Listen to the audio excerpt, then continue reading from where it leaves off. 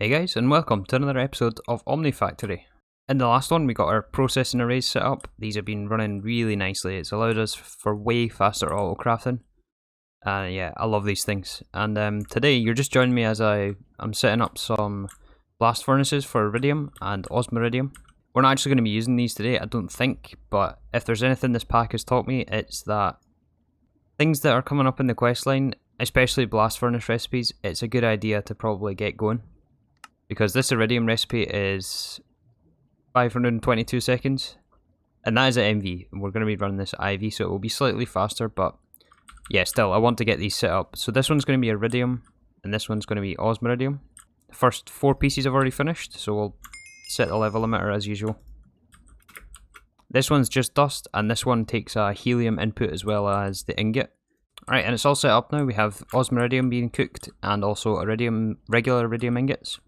And remember, we get these from the tier 4 microminer, which is sent in this one here.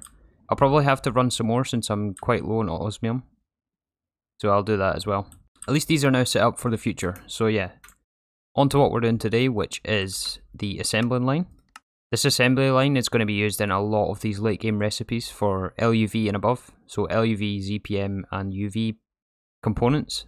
We're really just after this first quantum processor mainframe, which is the first tier 7 circuit, and this will allow us to get the final tier 5. So all of these inputs we currently have except for this quantum star, so we have to tackle this. And then we'll have to automate solder and alloy as well, but that's quite easy. I think that's just tin and zinc. Antimony. We should have that though from ore processing. This assembly line takes a bunch of the IV components, which we can make by now, and it's a lot of circuits, to be honest.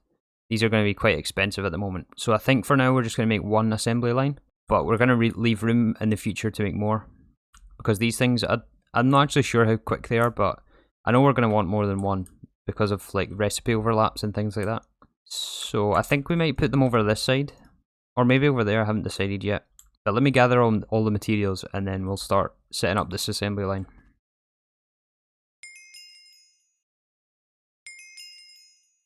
Alright, so I think I've decided to put it over on this side next to our oil drilling rig. So we'll extend our platform over a couple of blocks. I think just 2 chunks for now, since we'll only be building the one assembly line. Okay, so I've not actually built one of these things before. I've never actually used one of these. So I'm going to be referencing this really nice multi-block pattern feature. So it looks like it's 3x4 and it's a variable length, I believe. Oh yeah. Yeah, we can... I didn't even realise this button existed here. So actually, how long do we want to make this thing? If we look at the recipes for the assembly line, I think the maximum inputs is 14 with this field generator at UV. That's the most I've seemed to have found, so I think we need 14 input buses. We may as well make it that big to begin with. Yeah, let's just go for 14, so I'll have to order some more components as well. But yeah, you can see how quick everything crafts now that it's in processing arrays. It's amazing, I love it. Except for these circuits, since these are still in single block machines, but we will upgrade those. And yeah, since this has inputs on the bottom, I think I'll raise it off the floor a couple of blocks as well. So it's machine casings on the bottom, and then there's the controller in the middle.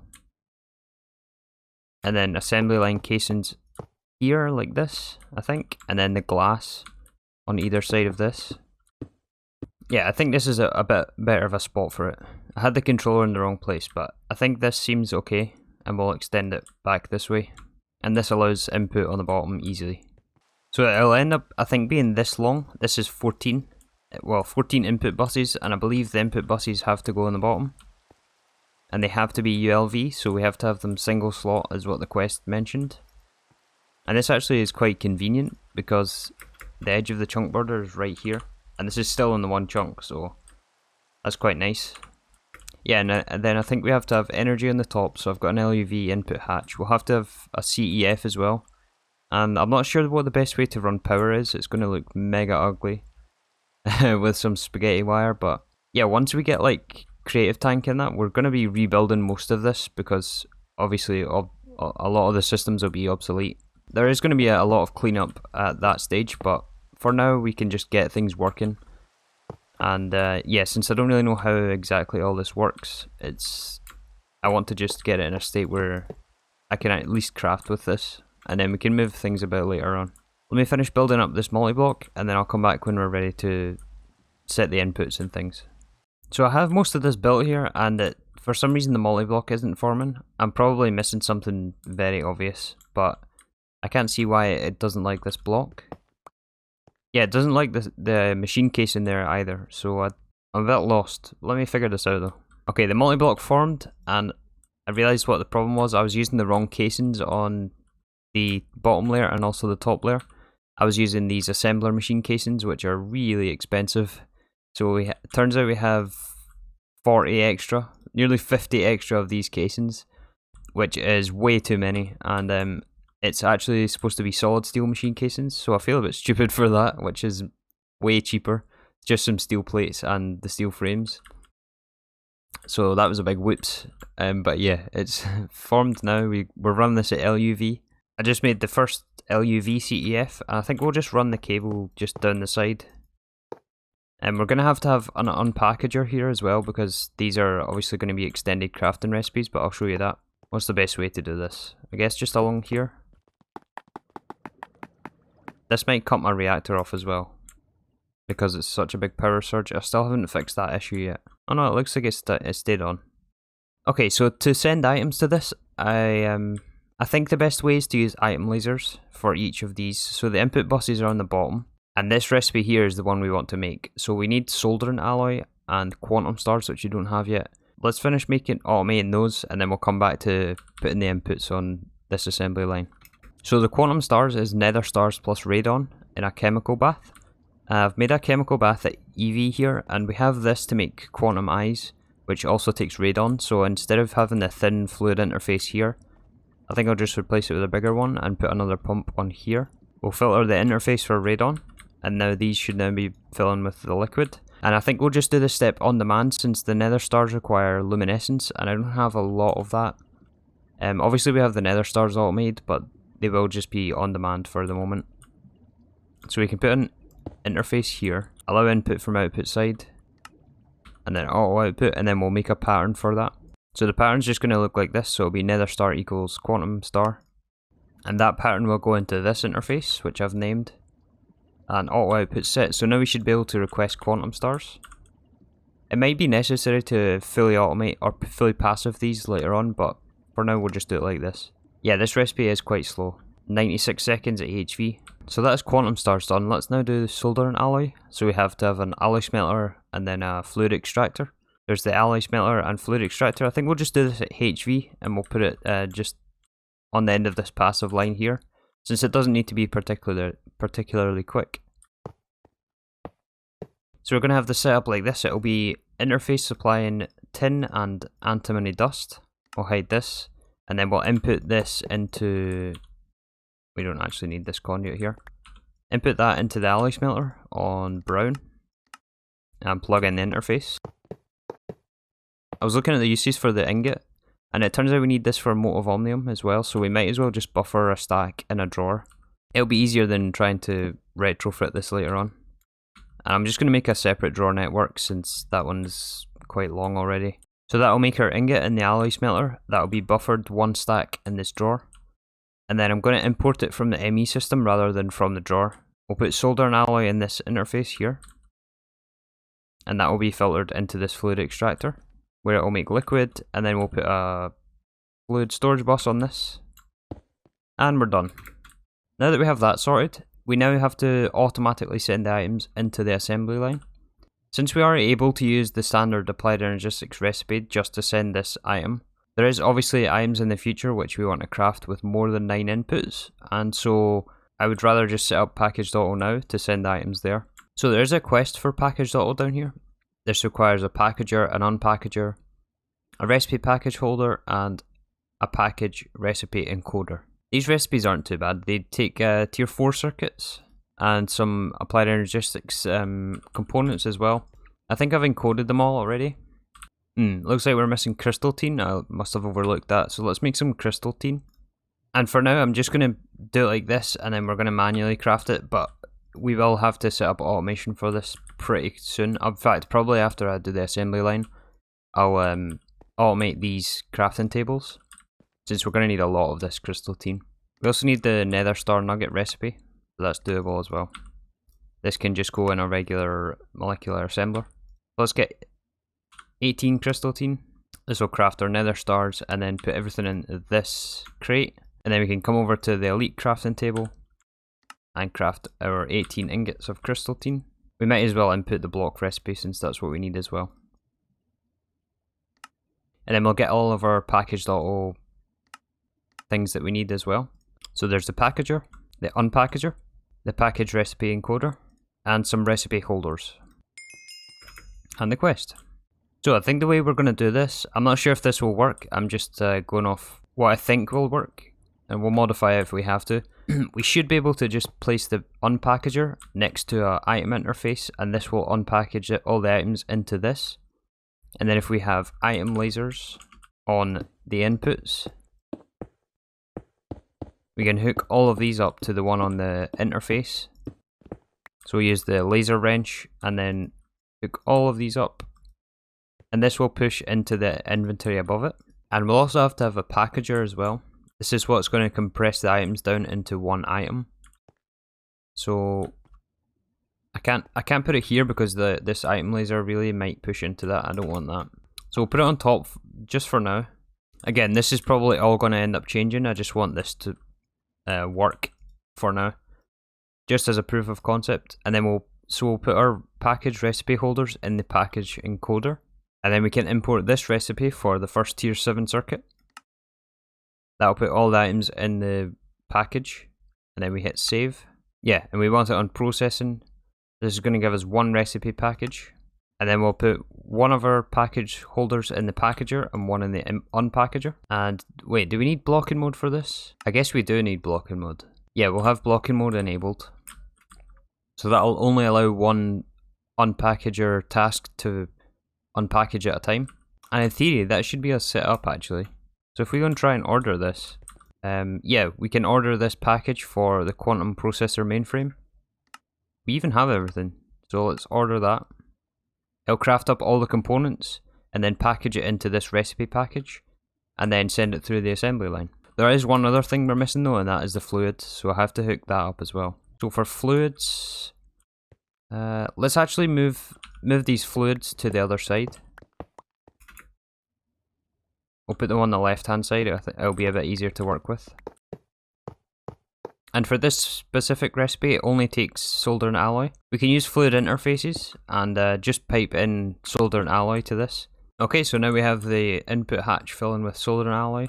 Okay, so now it's created the first package. We can now, I think, import this as a processing pattern to equal the processing mainframe. So if we take out these inputs and we put the recipe package in here for index 0.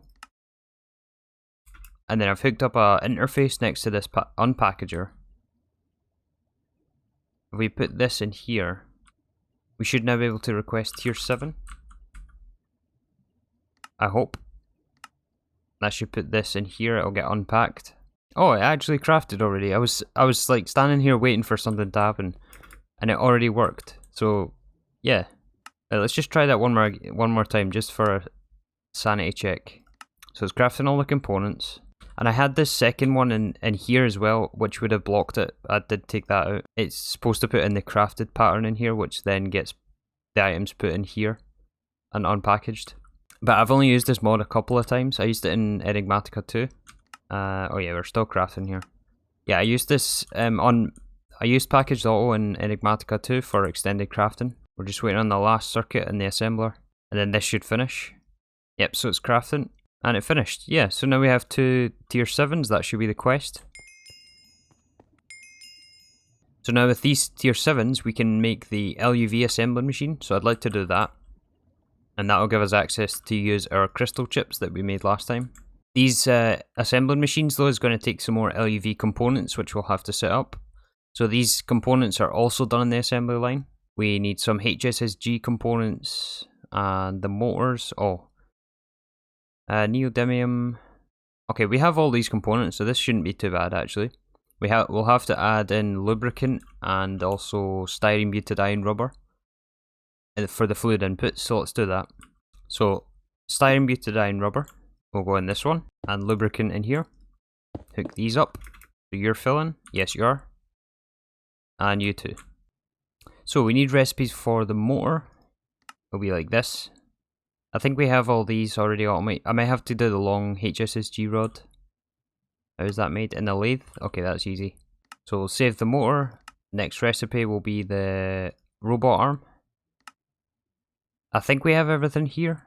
We don't have wetware actually, hold on. Oh, that's tier 6, right, yeah. We can do the lesser tier 6. We'll have to be careful with recipes with these circuits that we put in the right one. So we also need a tier 5 circuit as well.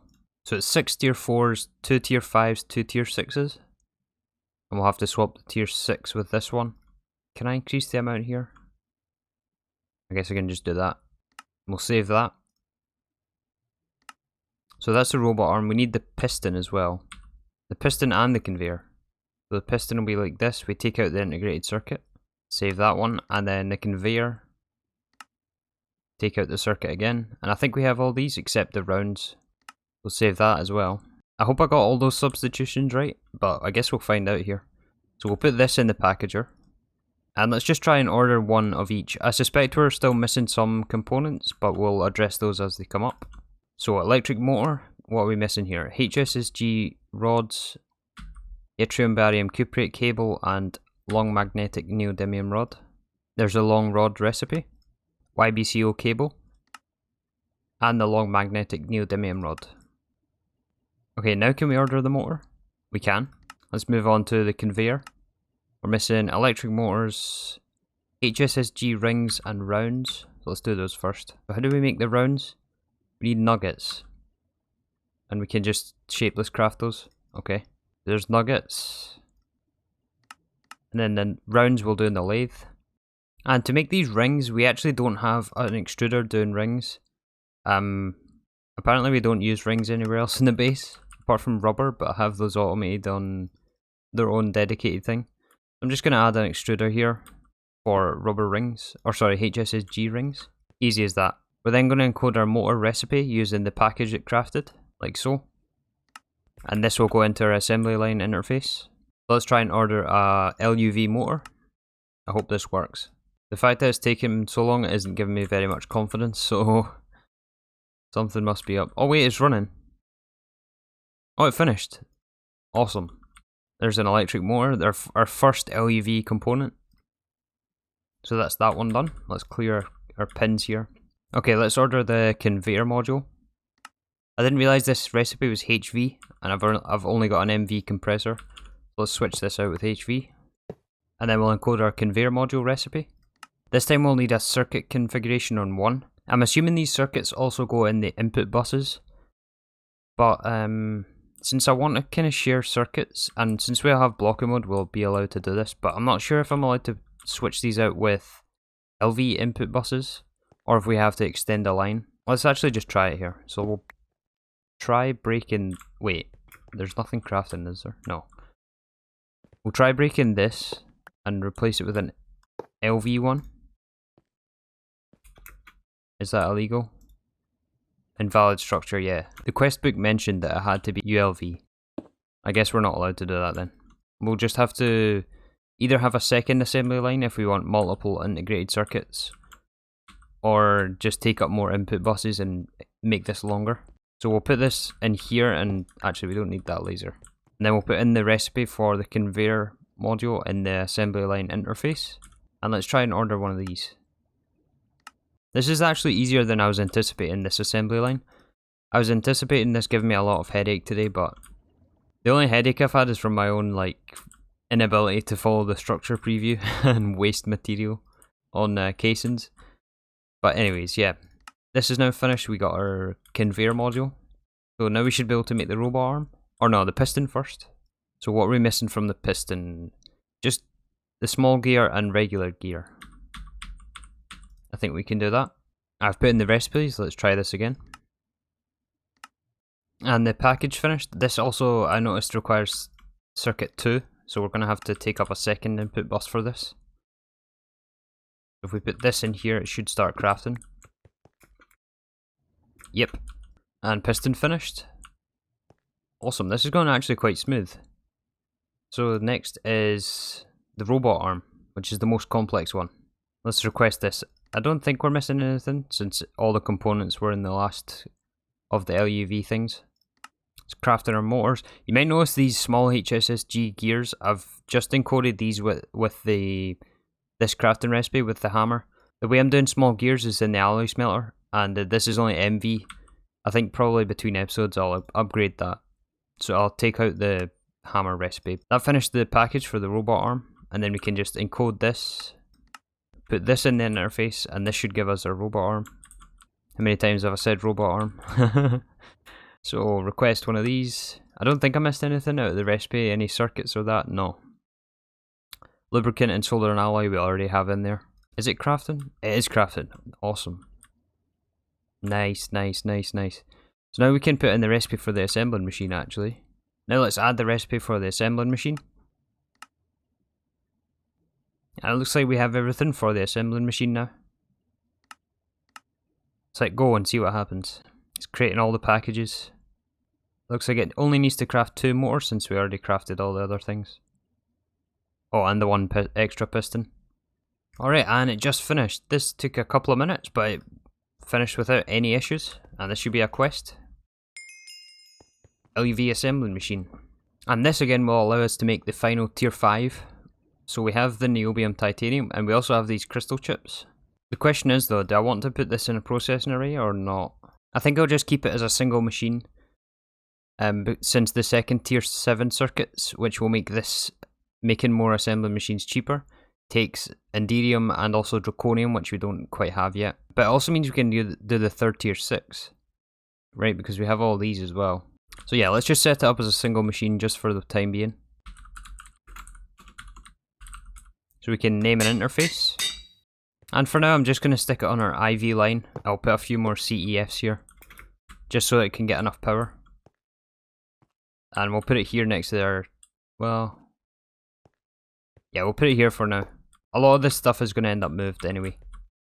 We'll also have to supply tin, so we'll put a fluid interface here. There, so I've added 4 more CEFs. That should make it LuV capable. And this should now be getting enough power. And now we can add our recipes to the assembling machine. So we want the final tier 5, which is this one. And we also want the second tier 6, or the third tier 6. Yeah, third tier 6, so this one here. And how many times have I done this now? Forgetting to plug in the interface. I'll learn one day. And then we can take out our processor assembly from our IV1. We can also remove the quantum processor, since these are no longer needed. Now let's order, I don't know, a stack of tier 5s. Since it's the last tier. 16 crystal chips, that's alright. How slow is this recipe? 10 seconds each. I think that's standard amongst all the circuits. Here's our first few tier 5s coming through. That should be a quest as well. And that's also some of our crystal processors coming through. Another quest. And the second tier 7s, as I said, require these draconium and indium ingots. So draconium looks like it's over here. And where's indium? Here? So we need an aquada for that. I'm going to actually just neaten up the wiring for this as well. There we go, I think that's a little bit cleaner. Now that we have cheaper tier 5s, I'm going to just make a extruder at IV to fix that small gear recipe problem. I'm also going to upgrade all of the recipes that need upgrading here for all the IV machines to use the appropriate tier circuit. So I'll do that for all of these ones here. I think can all get upgrades. So I have to switch the substitutions on all these. Since if you have substitutions on, I believe it can create quite a bit of lag. So I'll leave them off, and I'd rather just take the 2 minutes it takes to change all these out and leave substitutions off. That just leaves us 2 machines which we need to upgrade circuits for. And obviously the rest of the LuV, but we haven't encoded those yet. And I've also added the 2 extruders, one for small gears and one's going to be for medium pipe. As this tungsten steel pipe is used in the IV components, mostly the pumps, and I realised I didn't have that yet. So I'll upgrade all the medium pipes to this extruder, and all the small gears will now be in this one, which means we can get rid of this, and get rid of this. And we can also remove you, and you. I put in all the patterns for the small gears and medium pipe in the new extruders. This should make it much faster and allow us to do higher tier recipes. So the next thing I'd like to work on is the tier 5 microminer. This tier 5 doesn't look too bad. To send the mission we also need stabilized uranium and plutonium, which we already have. I've already got those set up in fluid solidifiers. As for the microminer itself, we need some vibrant thrusters, which needs prescient crystals, so we'll have to tackle this. This is going to require automating the soul binder. However, we also need these iridium platings, and this requires the LuV compressor, so let's make one of those actually. And this will need a circuit upgrade later down the line, so I'll put it in this one. We can also take out this hammer recipe as well, I should remember to do that. Switch it over to the extruder one, and we'll put it in our new extruder. As long as I remember to plug it in. That's what, 4 times today? Alright, let's try that again. So LuV compressor. We have all the components. Let's do it. And the compressor finished, that should be a quest. And we'll add this down next to our extruders. We can now add a recipe for heavy plating for iridium. So the next step for us is to make the tier 5 microminer. This has got a couple of extra steps we have to do. We have to do the EV field generator. But now that we have access to the quantum circuits, this is pretty cheap. We also have to make supercharged laser arrays. This will need a chemical reactor with some radon. And because this takes the reinforced mining laser, which is in the advanced crafting table, I think we're going to start by automating all of these crafting tables. If we're going to do one, we might as well do them all. And then yeah, the prescient crystal as well, so we'll have to automate the soul binder. But apart from that, I think we have everything else available to us. And yeah, we made some really good progress today. I'm happy that I got this assembly line set up. However, I think that's where we're going to wrap it up here. I might do 1 or 2 more upgrades to our on-demand crafting machines, like these MV ones, in between episodes. And I'll clean some more things up with wires and so on. And then we'll come back tomorrow and we'll start, hopefully, the tier 5 microminer mission to get Naquada. Yeah, hopefully progress down here, maybe get some draconium going as well, and inderium as well. We'll see how far we get, but yeah, that's going to do it for today anyway. Thanks again for watching, and I'll see you tomorrow for some more Omnifactory.